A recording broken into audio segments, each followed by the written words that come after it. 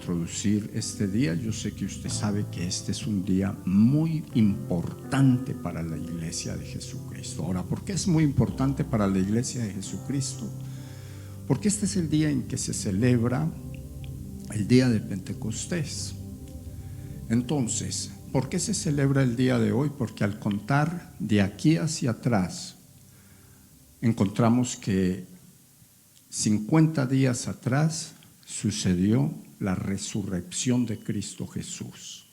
Entonces, cuando nosotros nos venimos como creyentes en Cristo Jesús, estamos celebrando que 50 días después de la muerte y resurrección de Jesús,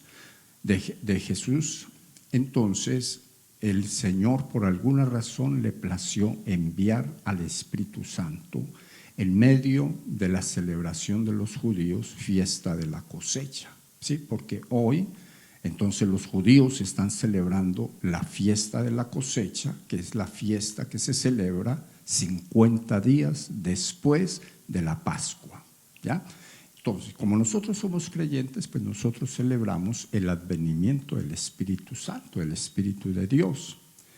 Y vamos a tratar de ir entrando en esencia para que usted se lleve el mensaje y se lo lleve completo, porque hoy no lo voy a poner a esperar hasta el miércoles. Hoy nos lo vamos a llevar completico, ¿sí?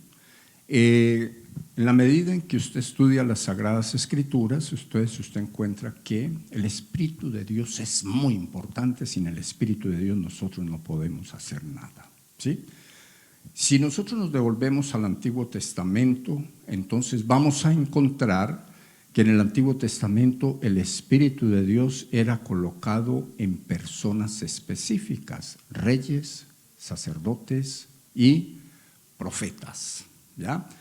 El resto de la gente no tenía esa bendición o ese privilegio. Solamente un grupo de personas muy específico, ¿sí? Encuentra uno que el Espíritu de Dios viene y mora en ellos, y Dios los usa para hacer cosas grandes, gloriosas y poderosas y muy favorables a favor del pueblo. Uno lo encuentra en los profetas, uno lo encuentra en el sacerdocio a través de los jueces. Uno encuentra eso, pero uno se da cuenta de que el Espíritu de Dios no estaba en toda la gente como era la idea de Dios, ya hablando en el Antiguo Testamento. Por ejemplo, si nosotros nos ponemos y analizamos, nosotros encontramos que en algún momento el Señor escogió un rey para Israel ante el pedido del pueblo, que ya no quería que Dios reinara sobre él, sino que querían un rey así que ellos lo pudieran tocar, que lo pudieran palpar. No sabían el error que estaban cometiendo, pero igual eso era lo que estaban pidiendo. Ahora, ¿por qué lo pedían de esa manera? Porque ellos miraban los otros reinos, cómo los reyes salían a hacerle frente a los enemigos, y entonces ellos dijeron: nosotros queremos un rey que nosotros podamos verlo pelear nuestras batallas. Ellos no se daban cuenta que el rey de ellos, el Dios Todopoderoso, peleaba las batallas a través de ellos, y cuando Dios estaba metido en ellos para pelear la batalla, entonces ellos ganaban. Pero eso no lo ve nadie, sino a través de, diga conmigo, de la fe, ¿sí? Y la fe es un fruto del Espíritu de Dios, y a la vez es un don del Espíritu Santo. O sea, mientras que el Espíritu Santo no esté operando en esa dimensión en la vida de un creyente, el creyente no va a ver nada, ¿sí? O sea, el creyente no va a poder ver, porque va a estar vendado para ver las cosas grandes y gloriosas que Dios podría hacer a favor de ese creyente, que puede ser cualquiera de nosotros, o a favor de otra gente, haciendo uso de los dones que Dios mismo haya metido en nosotros, ¿sí? Entonces, cuando uno se devuelve al Viejo Testamento, Antiguo Testamento, entonces uno encuentra verdades como, por ejemplo, el Señor, cuando le pidieron rey, Él ungió, por medio del profeta Samuel, ungió a Saúl, y dice la Biblia que en él colocó el Espíritu, y el Espíritu de Dios, ¿sí? Y le dijo Y le dijo el profeta: cuando a usted se le hayan sucedido 3 señales que se las comunicó, entonces usted haga lo que venga a su mano, porque Dios está con usted, ¿sí? En el momento de que Dios le declara esa palabra por el profeta, él sabe y efectivamente las 3 señales se cumplen y él empieza a hacer lo que le dijo el profeta, y definitivamente el poder estaba en él, ¿ya? O sea, el poder de Dios estaba en él. Saúl no hizo las cosas como tenía que hacerlas. Ahora, ¿qué fue lo que hizo como que se valora en la Escritura que debería de haber hecho? Él fue ungido para hacerle frente a los amalecitas, pero más sin embargo dice la Escritura que Saúl le hizo frente a los amalecitas, mató a los más de ellos, destruyó lo más que ellos tenían, pero más sin embargo hizo una reserva, y entre la reserva estuvo el rey y algunos animales, y por esa razón entonces Dios se le apareció a Saúl y le quitó el espíritu. ¿Y sabe qué es lo más terrible? Que Saúl no se dio cuenta que le habían quitado el espíritu. O sea, él siguió como que tenía el espíritu, él siguió en el llamado de rey. Y de ese momento en adelante se considera que por lo menos 35 años reinó sin el Espíritu de Dios. Ahora, ¿cuál es la consecuencia de eso? Le iba muy mal al pueblo, ¿sí? Y le iba muy mal al pueblo, ¿por qué? Porque uno sin el Espíritu de Dios no puede hacer nada en esta tierra que se viene. Ahora, ¿por qué no lo puede hacer? Porque si uno quiere que Dios lo respalde en lo que sea, entonces uno de esas palabras podría sacar como conclusión que Dios respalda a la persona en donde está el espíritu de él, ¿sí? ¿Y por qué lo podríamos decir de esa manera? Porque después de que Dios quitó el espíritu, ¿sí?, de Saúl, a Saúl le fue muy mal. Saúl no tenía mente para gobernar al pueblo, que era para lo que lo habían ungido. Él no tenía ninguna capacidad en él, porque la capacidad le había sido quitada, ¿sí? ¿De dónde sale eso? Llegó el momento en que Dios se le reveló al profeta Samuel y le dijo que ya Saúl no era rey, porque él había quitado su espíritu de él a causa de la desobediencia que había hecho. Dejemos a Saúl y pasemos a David. Cuando David es llamado a ser parte de esa bendición tan grande que era la de ser rey sobre Israel, David no era nadie. O sea, David estaba como en un campo de entrenamiento para cosas muy poderosas que iban a suceder a través de la vida de él en algún tiempo futuro, y eso era todo. Él administraba los rebaños de su padre y allí los cuidaba, y dice la palabra de Dios que por momentos la valentía le alcanzaba para defender las ovejas de su padre, los corderos de su padre, le alcanzaba la valentía para, aún cuando un cachorro de estos caía en manos del enemigo, ¿sí?, entonces esos cachorros de pronto caían, esos animalitos, esos becerros, corderos, no cachorros porque no estamos hablando de perros, pero cuando eso pasa, no, yo le digo por si acaso, ¿sí? Cuando eso pasa, entonces uno encuentra en las Sagradas Escrituras cómo y de qué manera, ¿sí?, este hombre sacaba fuerza de su interior y vencía leones y vencía osos y ponía en libertad a su manada. Ahora, todo esto se los digo para decirles lo siguiente: llegó el momento en que Dios dijo: yo quité el espíritu que estaba en Saúl, ¿sí?, y hágame el favor Samuel, y va y lo deposita a través de la unción en un hombre que yo he escogido, que tiene el corazón conforme al mío. Y estaba hablando del rey David, ¿ya? Y fue y lo hizo, y si nosotros leemos la historia de David, encontramos que el reinado de David está anunciado como el tiempo de oro del pueblo de Israel, en donde todo les iba bien, todo les salía bien. O sea, tenían un hombre lleno de Dios, lleno del Espíritu Santo. Tenían a esa persona como la persona que se comunicaba con Dios a favor de las necesidades de ellos, y el pueblo vivía de lo más de bueno, ¿sí? Seguimos viendo nosotros un cuadro más o menos igual, por no decir que para no ponerlo así tan igual, pongámoslo parecido, la forma como el Señor opera, como Dios opera. Cuando el Señor Jesucristo vino a esta tierra, el Señor Jesucristo, nosotros sabemos que era 100% Dios porque Él fue engendrado por el Espíritu Santo, ¿sí? O sea, nadie puso vida en el vientre de María, sino la puso el Espíritu de Dios, ¿ya? Eso es lo que enseña la Escritura. Pero era 100% hombre porque nació del vientre de una mujer y según la Escritura rompió matriz, como todos nosotros. O sea, nació de la misma manera. Cuando el Señor Jesucristo nace, sabemos que hubieron unos levantones de demonios tremendos, el enemigo se puso de pronto no bravo, sino que empezó a temer, porque entendía que con la llegada del Mesías a esta tierra, el fin de los tiempos para él se estaba aproximando, ¿ya?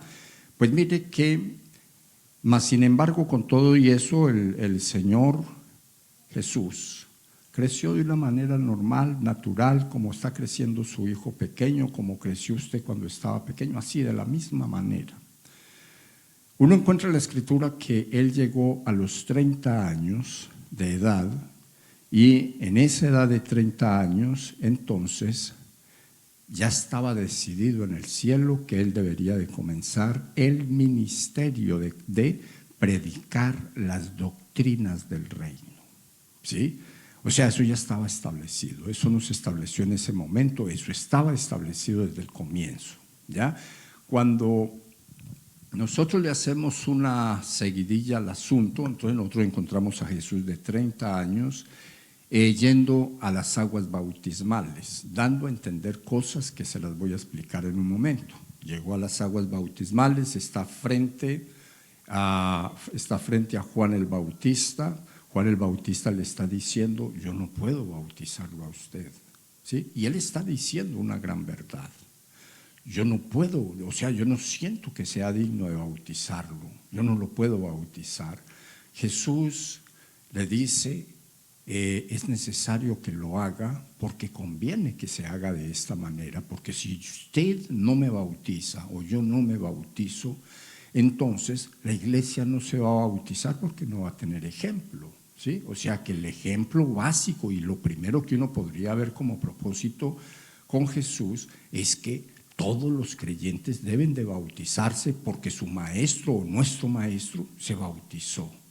Con esto yo le digo lo siguiente, usted debe de bautizarse si está en esta casa porque a usted le conviene, ¿ya? Ahora vamos a ver conveniencias también en un momento, pero vamos a mirar por qué Juan el Bautista le decía, usted no puede, yo no puedo bautizarlo a usted. ¿Por qué? Porque el bautismo de Juan era para gente arrepentida, era para arrepentimiento, ¿sí? Entonces, cuando uno valora la vida de Jesús, Jesús no había pecado, ¿sí? ¿De qué se iba a arrepentir? Él no había cometido pecados, él no había cometido errores, él no había cometido nada.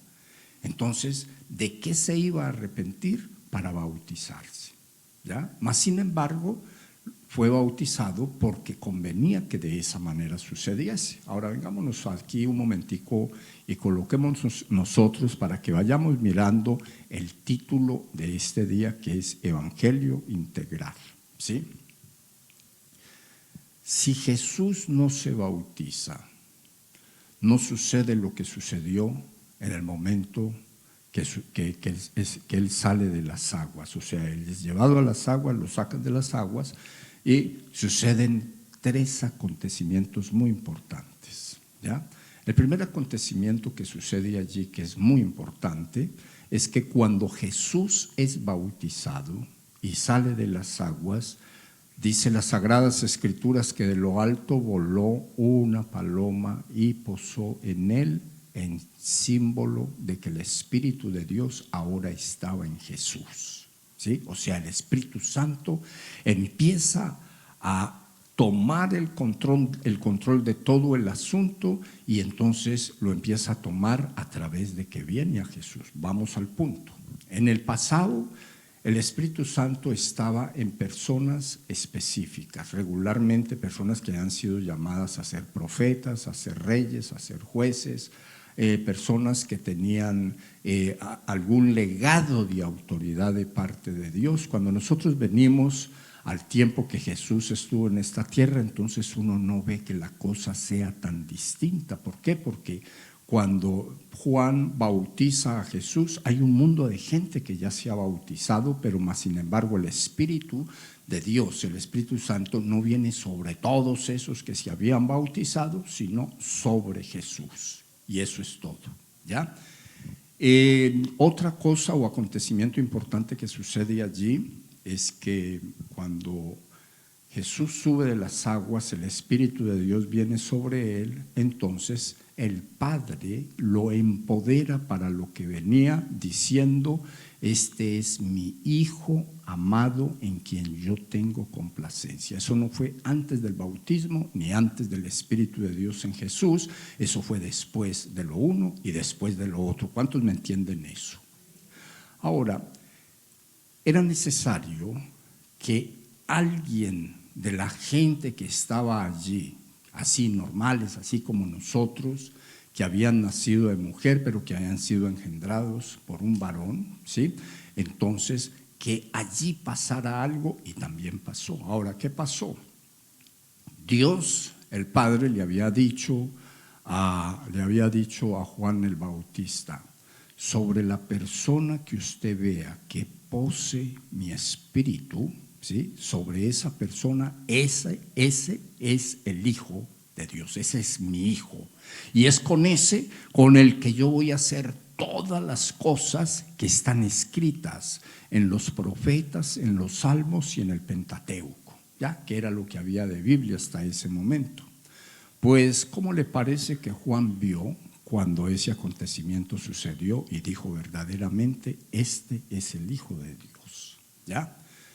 Les digo todo esto así a nivel de introducción para tratar de introducirme de la mejor forma para que usted me entienda la enseñanza. En la medida en que usted analiza estos acontecimientos, entonces usted encuentra cosas que son muy importantes, ¿ya?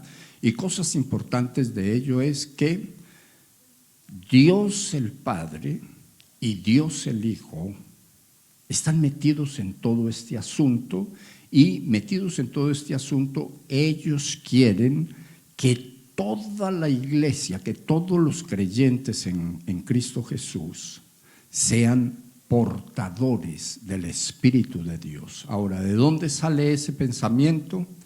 La Escritura dice en el libro de Juan, en el capítulo número 14, verso 23, que Jesús decía: si ustedes me aman a mí, mi Padre los ama a ustedes. Y entonces, por el amor que ustedes me tienen a mí y por el amor de mi Padre sobre ustedes, entonces Él y yo, o sea, mi Padre y yo, decía Jesús, vamos a venir a morar en ustedes, ¿sí? No le está hablando a todo el mundo, Él está hablando a las personas que Él está formando, a las personas que han creído en Él. En este momento Él está hablando a sus discípulos, ¿ya? Y efectivamente eso pasa. Eso pasa, y cuando eso sucede, entonces hay un entramado bueno entre los versos bíblicos que nosotros necesitaríamos conocer para entender que nosotros estamos metidos en el asunto y que sin el Espíritu de Dios, dígale a la persona que tiene usted a su lado, nosotros no somos nada. No somos más que recipientes de conocimiento. Y no de mal conocimiento, de conocimiento bíblico, que no es malo. Yo creo que el conocimiento bíblico es muy importante, pero si le hacemos honor a lo que la Biblia dice, que la letra mata, pero el espíritu vivifica, entonces eso quiere decir que el conocimiento sin espíritu puede llegar a endurecer nuestro corazón. ¿No creen ustedes que es una forma de matar? puede llegar a hacer cosas que nosotros no queremos que sucedan en nosotros. Pero cuando el Espíritu de Dios está en ese conocimiento, nosotros recibimos vida espiritual, y la vida espiritual nos lleva a nosotros a entender lo que Jesús dijo cuando dijo que todos los que creyesen en Él, cosas mayores que las que Él hizo, los creyentes podríamos hacer.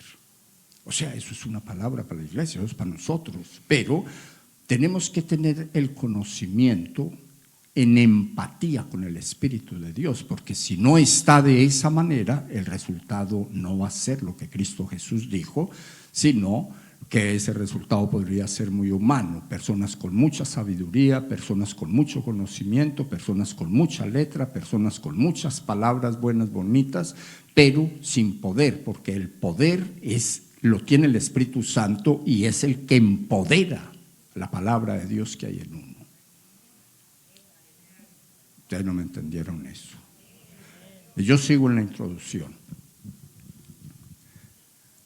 Cuando nosotros analizamos esas palabras que son un mundo, ¿sí?, entonces vamos a encontrar como ejemplo lo que sucede con Cristo Jesús, ¿sí? Y vamos a poner que no vamos a decir Cristo Jesús por ahora, vamos a decir Jesús de Nazaret, que es la mejor forma de poder entender estos primeros capítulos de los evangelios, ¿sí? ¿Por qué razón? Porque cuando nosotros hablamos de Cristo Jesús, estamos hablando de Jesús resucitado, ¿sí? Y en esta parte del camino, Jesús lo que está es tratando de decirle a la gente: si usted cree en el Evangelio del Reino, usted va a tener solucionados todos sus problemas. Mire usted, si usted cree en el Evangelio del Reino, usted va a ser una persona que podría ser sanada de todas sus dolencias, de todas sus enfermedades, de todas sus ruinas, si usted cree en el Evangelio del Reino. Y entonces ahí es donde yo quiero mirar si por allí nos colocan un texto bíblico que está en el libro de Lucas capítulo 4 versículo 14 y leído hasta el verso 18. Yo se los voy a, bueno, ahí está, yo se los voy a parafrasear en estas palabras, ¿ya? Usted tome la nota para que lo lleve con usted. La palabra de Dios dice que Jesús regresó, ¿sí? ¿Regresó a dónde? A Galilea. ¿Y regresó cómo? Lleno del poder del Espíritu Santo. Ahora, ¿qué quiere decir esto? Que él ya había estado en Galilea, que él ya había vivido en Galilea. O sea que Galilea no era desconocido para él, ni él era desconocido para la gente de Galilea, porque dice que regresó, quiere decir que ya había estado, ¿sí? Ahora, ¿qué hace distinto este regreso? Que él había salido de Galilea como una persona así común y corriente, pero ahora Jesús llega lleno del Espíritu Santo, ¿sí? Lleno del poder que produce el Espíritu de Dios. Entonces eso ya hace la cosa distinta.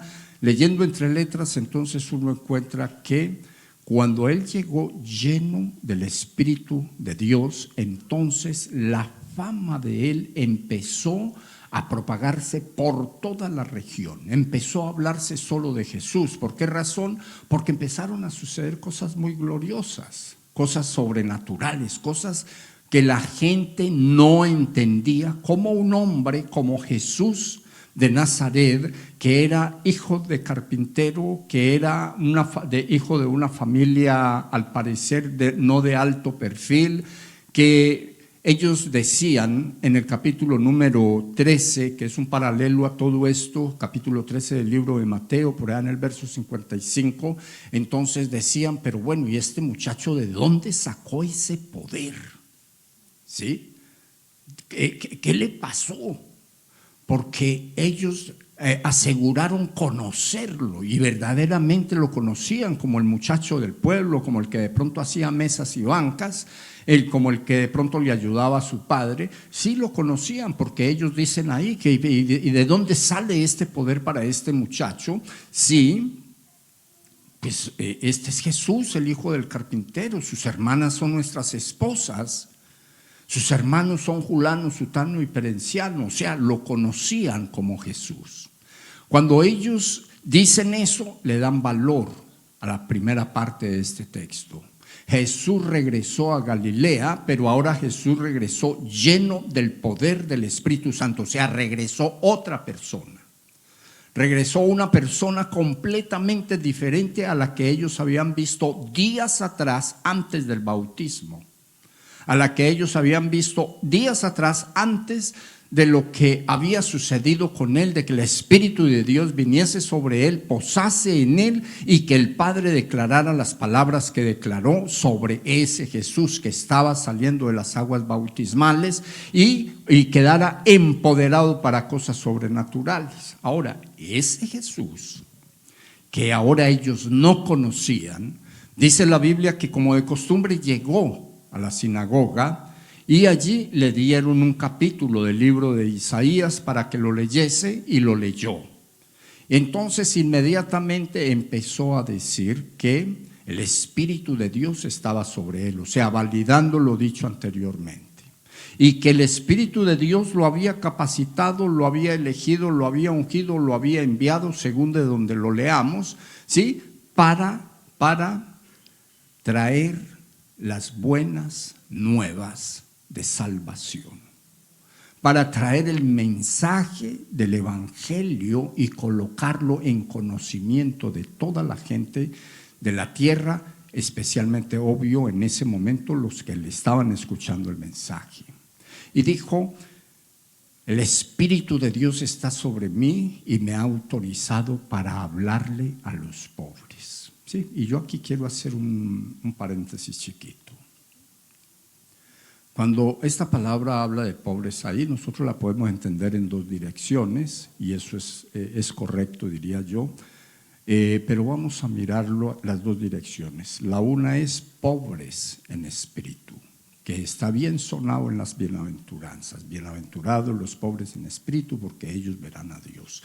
Entonces, los pobres en espíritu son los dueños y herederos del reino de Dios. Yo creo que aquí habemos un poco de personas que, por haber estado en esa condición de pobreza espiritual, o sea, que la palabra llegaba y no rebotaba, porque ¿cuántos saben que la palabra llega a algunos corazones que llenos de conocimiento, llenos de sabiduría, llenos de argumentos, llenos de universidad, llenos de cosas raras, y entonces la palabra llega y rebota, no entra, porque hay mucha fortaleza espiritual en ese corazón? Entonces, él dice: yo vengo en el poder, ¿sí?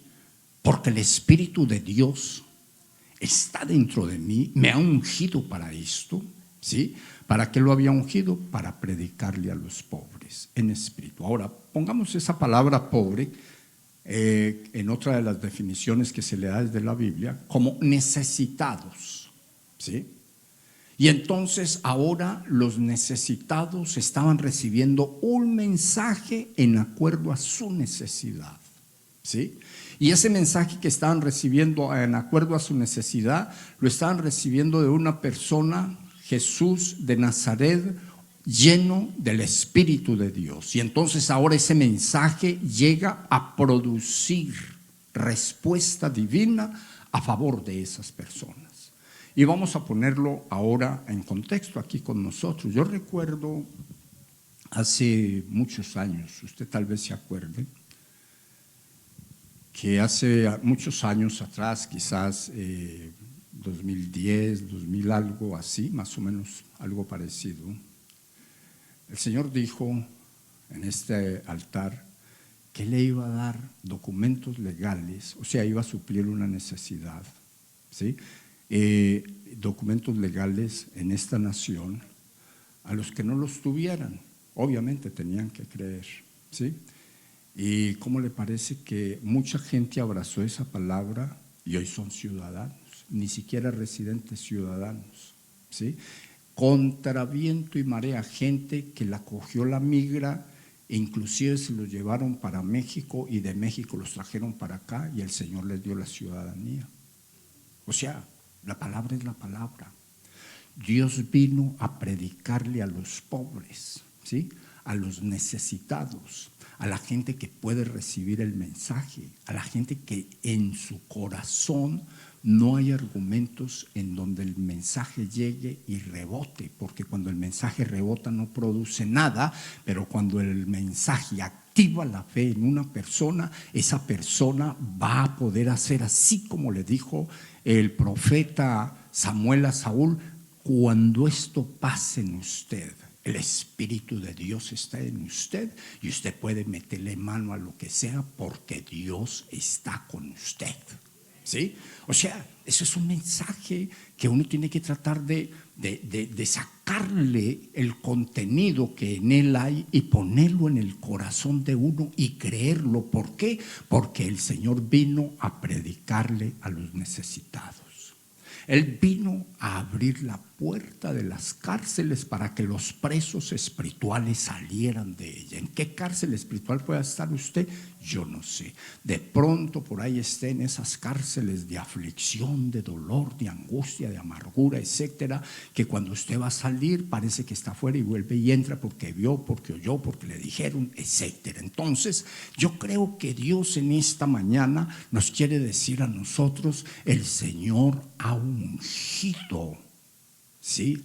Ha ungido a Cristo Jesús y a todos los que crean en Él para hacer este trabajo.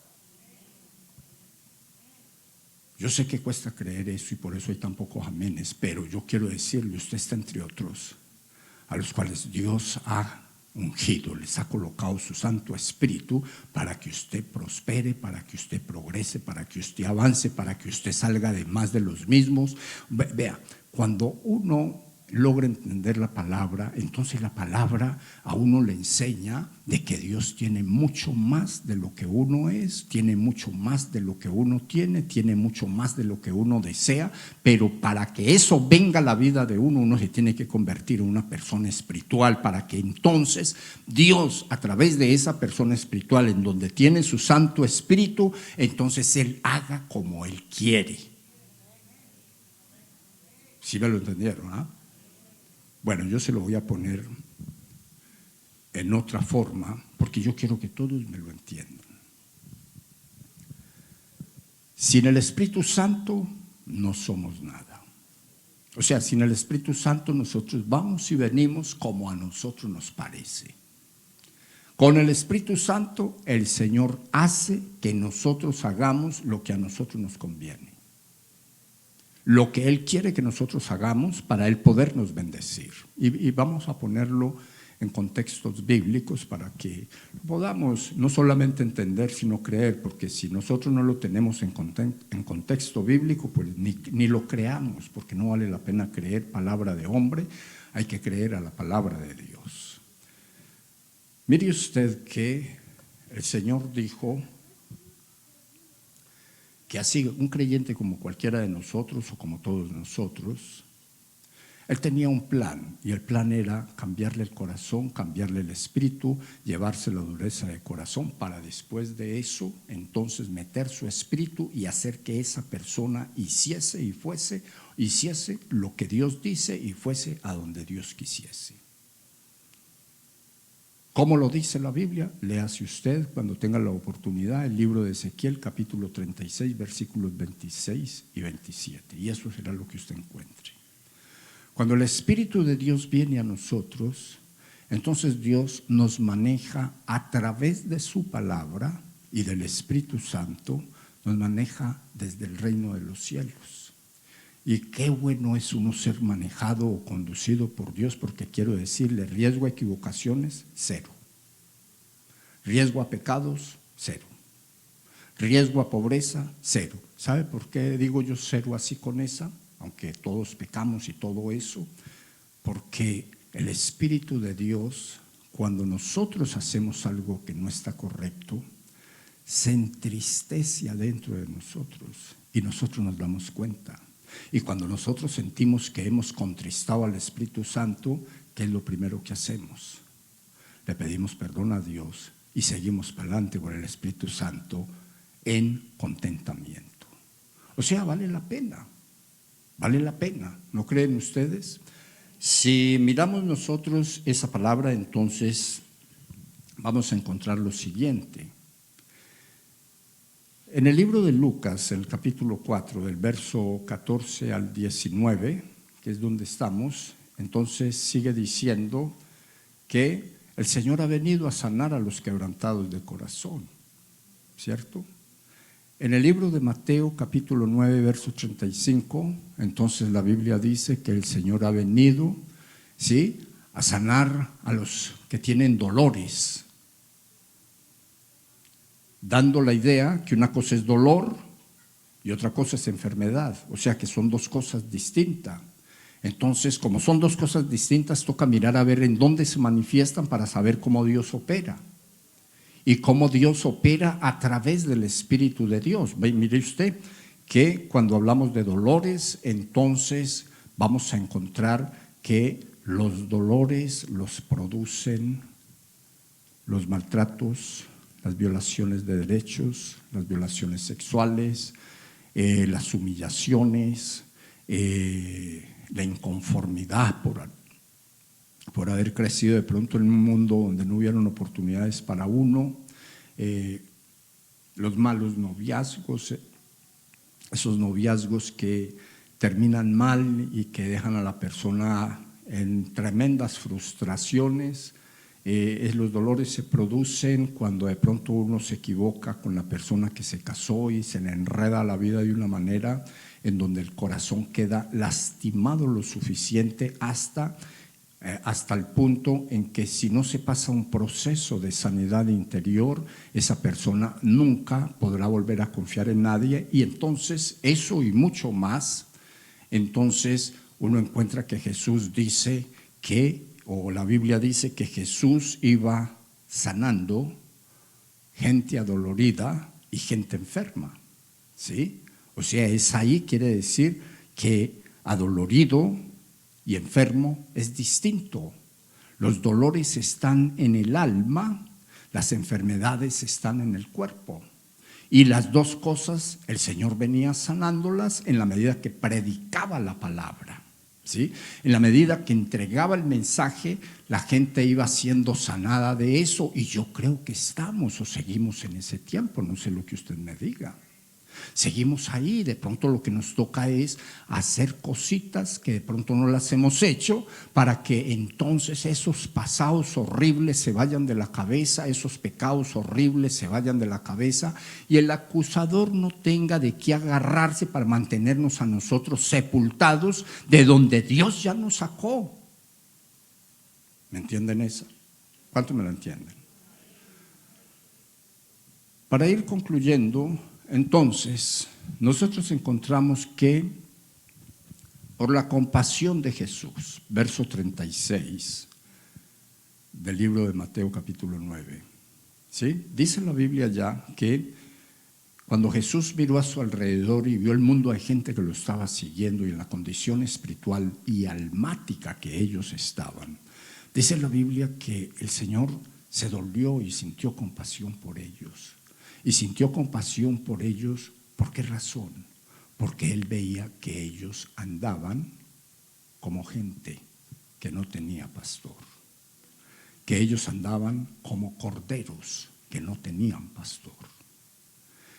Y Él vio eso y entonces dice la palabra que sintió compasión porque esta gente no tenía quien la defendiera, ¿sí? Y porque esta gente andaba desorientada, andaba confundida. O sea que si nosotros miramos todo este mundo de palabras, nosotros encontramos por qué el Espíritu Santo es tan importante en la vida de una persona y por qué un día como este, que digamos los judíos en el judaísmo lo han escogido para celebrar la fiesta de la cosecha y eso está bien, ¿sí? pero que nosotros como iglesia sabemos que en esa fiesta de la cosecha de los judíos llegó el Espíritu de Dios y llegó para hacer respuesta para todo el mundo a través de el cumplimiento de lo que dice la palabra en Joel capítulo 2, verso 28, en donde la Escritura enseña que iba a haber un momento, y está hablando del aposento alto muchísimos siglos atrás, pero está hablando del aposento alto, y entonces iba a haber un momento donde el Espíritu de Dios iba a venir sobre toda carne. Unos iban a soñar, otros iban a tener visiones, otros iban a tener un poder especial, y pues yo quiero decirle, estamos justamente en ese momento. ¿Sí? Nosotros estamos en el momento donde podemos vivir nuestro aposento alto, y nuestro aposento alto o llenura del Espíritu Santo, o lugar donde Dios llena a la gente del Espíritu Santo, podría ser hoy para todos nosotros. A nosotros nos conviene eso, ¿sí? A nosotros nos conviene ser vistos por Dios para esta bendición tan grande como es que el advenimiento del Espíritu Santo haya cabida en nosotros. Cristo Jesús dijo: si ustedes me aman a mí, aman a mi Padre los ama a ustedes, y mi Padre y yo vendremos a habitar en ustedes, dando a entender que ellos no eran solamente un cuerpo humano, que ellos eran un templo del Espíritu de Dios. Y eso lo dice para nosotros en el libro de 1 Corintios 3:16. Nosotros somos templos del Espíritu de Dios, ¿sí? Y como templos del Espíritu de Dios, pues tenemos la bendición de esta gran oportunidad de hoy en adelante pedirle al Señor que, si no está habitando, que habite. Si no nos ha dado dones espirituales, que nos los dé, que nos los entregue. O sea, nosotros estamos en esa buena oportunidad. Mire, que lo digo pensando en lo siguiente. Cuando uno lee acerca de Jesús, pues uno dice, bueno, pues Jesús era Dios, ¿cierto? Y pues eso ni ponerlo a concursar. Jesús era Dios, y entonces en él podía posar el Espíritu de Dios en ese poder. Pero cuando uno viene al aposento alto, en el aposento alto dice la Biblia que habían como 120 personas completamente iguales a nosotros, al 100.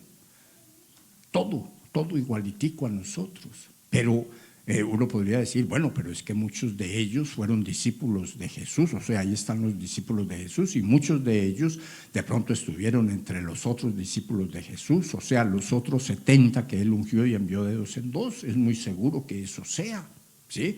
Entonces, ellos estuvieron con Jesús.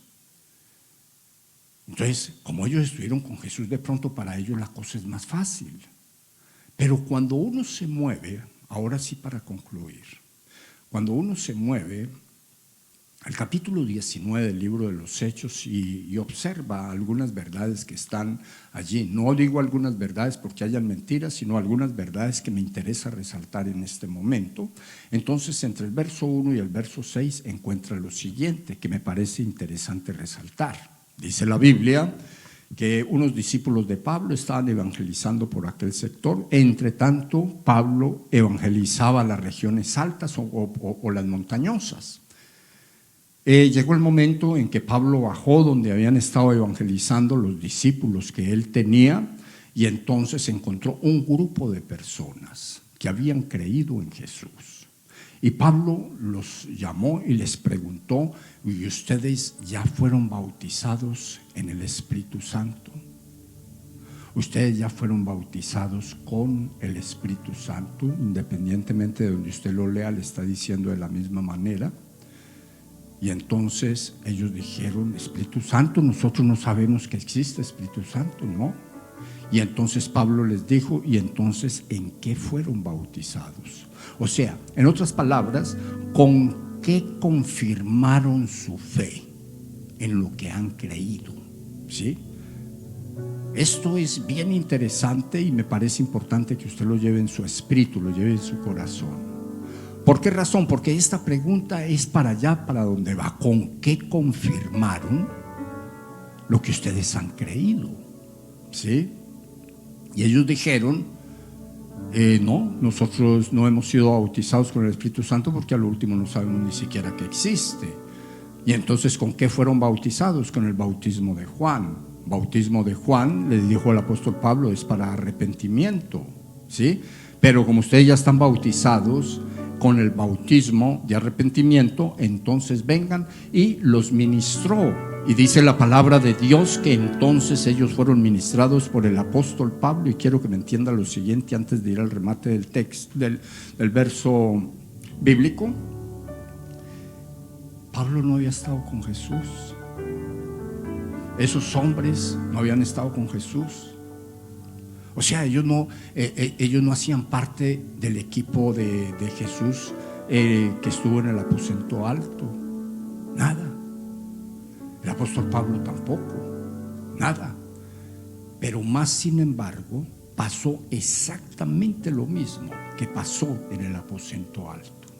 Porque cuando usted lee el texto completo, entonces usted encuentra que el apóstol Pablo los llamó en número como de 12 personas, dice la escritura, ¿sí? Como de 12 personas, mire qué coincidencia, allá en el aposento alto, para que el advenimiento sucediera, llegaron al número 12 con Matías. Allí Pablo cogió a un grupo como de 12 hombres, y dice la Biblia que los ministró y el Espíritu de Dios vino sobre ellos. Y sabe que lo más tremendo y lo que más se parece al aposento alto, que lo vuelve igual, es sobre estos hombres llegó el Espíritu Santo e inmediatamente empezaron a hablar en otras lenguas, ¿sí? Y mire lo tremendo que ahí también lo dice, que no solamente hablaron en otras lenguas, sino que Dios los usó para darles mensaje a los hombres que estaban alrededor de ellos. O sea que esa palabra a mí me llena de esperanza, porque si Dios lo hizo con los reyes, lo hizo con los jueces, lo hizo con los profetas, lo hizo con Jesús, lo hizo con sus discípulos o los discípulos de Jesús en el aposento alto, lo hizo con otro grupo de personas allí que, vuelvo y digo, pudieron haber sido entre los 70 que él llamó, los equipos de 70 que él formó, que estaban ahí. Y luego vemos nosotros a un desconocido que a más que miedo, ¿sí?, que cargas de dolor, no despertaba otra cosa para la iglesia de Jesucristo en ese momento, el apóstol Pablo. Lo hizo a través de él y lo hizo con un grupo de personas en un pueblo absolutamente pagano, porque cuando nosotros hablamos de Éfeso, que es donde suceden estas cosas, estamos hablando que para Éfeso hubieron mensajes muy poderosos para que ellos se empoderaran a través del Espíritu Santo para vencer las obras de las tinieblas. Seguido a ese capítulo número 19, verso 6, nosotros encontramos los acontecimientos que suceden y que nosotros podríamos atribuirle mucho de eso a estos hombres que fueron ungidos con el Espíritu de Dios. Y uno que me llama la atención es que la gente, admirando el poder que tenía el apóstol Pablo, o sea, que fluía del apóstol Pablo, porque sabemos que el poder era Dios metido en él a través de su Santo Espíritu, haciendo uso de los dones que el mismo Dios había metido en el apóstol Pablo. Y entonces cuando la gente veía eso, entonces salían a copiar el asunto afuera y a decir en el nombre del Dios que cree Pablo, ¿sí? Entonces empezaron a reprender demonios, y dice la Biblia que los demonios se empoderaron en contra de estos hombres, que eran 7 hijos de un sacerdote judío, y inmediatamente los pusieron a correr. Y no de cualquier manera. Dice la palabra de Dios que los mandaron desnudos. ¿Cuántos han leído esa palabra? Verso 19 de ese capítulo dice que ante esa autoridad espiritual tan sobrenatural del apóstol Pablo y los discípulos en su momento, entonces la gente que había creído en magias, brujerías, hechicerías y todas esas cosas del mundo del ocultismo, se rindieron ante ese poder y trajeron los libros que ellos estaban, o sea, de donde ellos derivaban su conocimiento, los trajeron y los pusieron allí en una hoguera, los quemaron y se acabó eso. Y dice que era un platal, dice que era como 50,000 monedas de plata. Y cuando nosotros hablamos de 50,000 monedas de plata, ligeramente no es nada, pero cuando nosotros las cuantificamos son varios millones de dólares. Ahora, ¿qué quiere decir esto? Que cuando el poder espiritual se manifiesta, Dios es el que se manifiesta a través del Espíritu Santo. Y cuando eso pasa, el mundo de la persona y las personas que están a su lado cambian de manera sobrenatural. Por eso, dígale a la persona que usted tiene a su lado: usted ha creído en un evangelio integral, pero el evangelio integral sin el Espíritu de Dios no es nada. El evangelio sin ese poder que da el Espíritu Santo no es nada. La Biblia misma lo dice cuando Pablo dijo a los corintios: yo no vine a ustedes con palabras de sutiles, con palabras para atraerlos a mí. Yo vine a ustedes con un evangelio poderoso, con una palabra poderosa, con una palabra acompañada del poder de Dios, con una palabra que produce no solamente salvación para el alma, sino salvación para todas las necesidades. Pongámonos en pie y démosle gracias al Señor y pidámosle al Espíritu de Dios, que yo sé que todos acá tenemos el sello de Dios a través de su Santo Espíritu, y también sé que muchos de los que estamos acá, nos movemos en el poder de Dios. Y estoy plenamente convencido que Dios usa a muchos de los que estamos acá, no como personas, sino que usa los dones espirituales que Él mismo ha metido en esas personas, y qué bueno. Pero yo creo que como necesitados todos, los que tienen algo que deberían querer más, los que tienen poquito deberían querer, y los que no tienen nada deberían querer algo, y eso solamente a través del Espíritu de Dios. Levante su mano al cielo y pídaselo al Dios Todopoderoso, porque sin Espíritu Santo definitivamente no hay nada para nadie, por mucho que crea. Necesitamos el Espíritu de Dios, que es el que convence de los pecados, que es el que recuerda todas las cosas que nosotros escuchamos en nuestro día a día a través de la palabra de Dios, a través de venir a una reunión, a través de venir a un culto. Es el Espíritu Santo el que hace esas obras. Entonces vamos a pedirle al Dios Todopoderoso que la mano de Él y la gloria de Él sea manifestada en esta casa a favor de todos los que aquí estamos, que esa gloria se manifieste de una manera sobrenatural, porque quiero decirle, eso se manifiesta en usted, y eso lo van a ver allá en la casa de donde usted viene. La gloria del Señor es imposible de ocultar. Cuando ella se ha manifestado en la vida de una persona, no la puede ocultar, no hay forma de ocultarla. La gente del común, la gente de mente natural, se dan cuenta que algo pasó con usted. Eso pasó con Jesús, eso pasa con usted.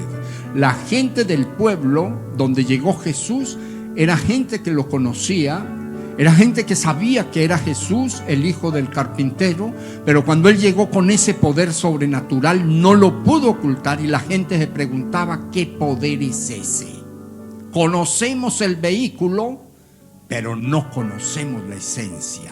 No conocemos lo que allí se está moviendo. Y quiero decirle que eso es para usted y eso es para mí. Nos conocerán como personas, pero cuando el poder del Espíritu de Dios viene sobre la vida de una persona, van a hacer la misma pregunta: ¿qué le habrá pasado a esta persona que estamos viendo otro comportamiento, estamos viendo otra conducta, estamos viendo una persona en un poder sobrenatural?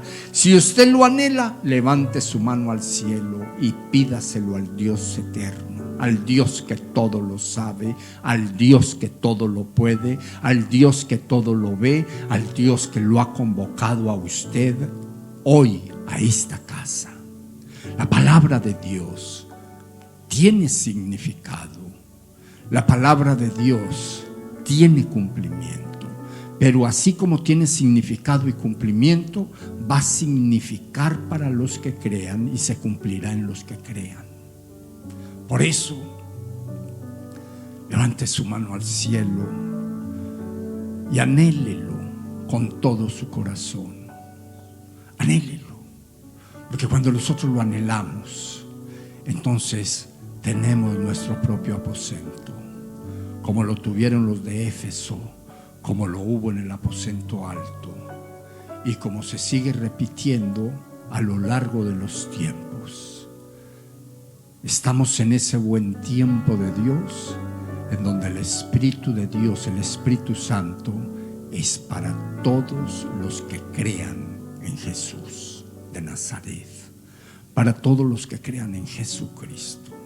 Es para todos, y todos aquí somos creyentes.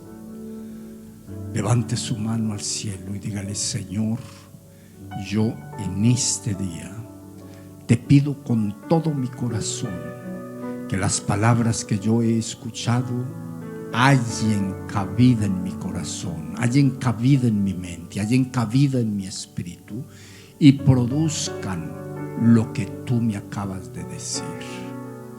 Que mi vida pueda ser llenada de esa manera en donde yo pueda decir: yo mismo me siento distinto, yo mismo me siento diferente. En donde yo pueda decir: los dolores que traía en mi corazón ya no están. La enfermedad con que llegué a esta casa ya no está. Las aflicciones, las angustias, las amarguras ya no están.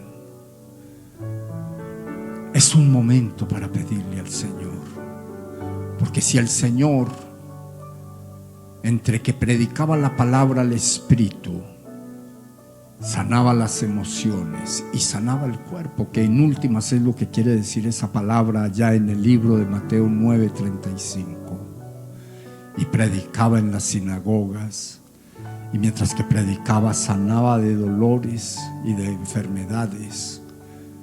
Es fácil definirlo.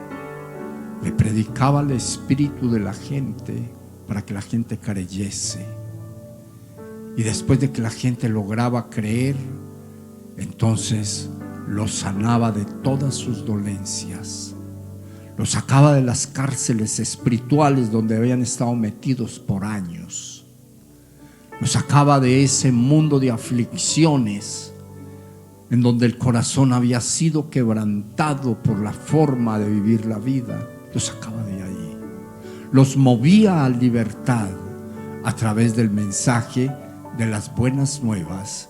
Y cuando terminó todo eso, les dijo: esta palabra es para ustedes, porque esta palabra hoy se ha cumplido en todos los que han venido a esta casa.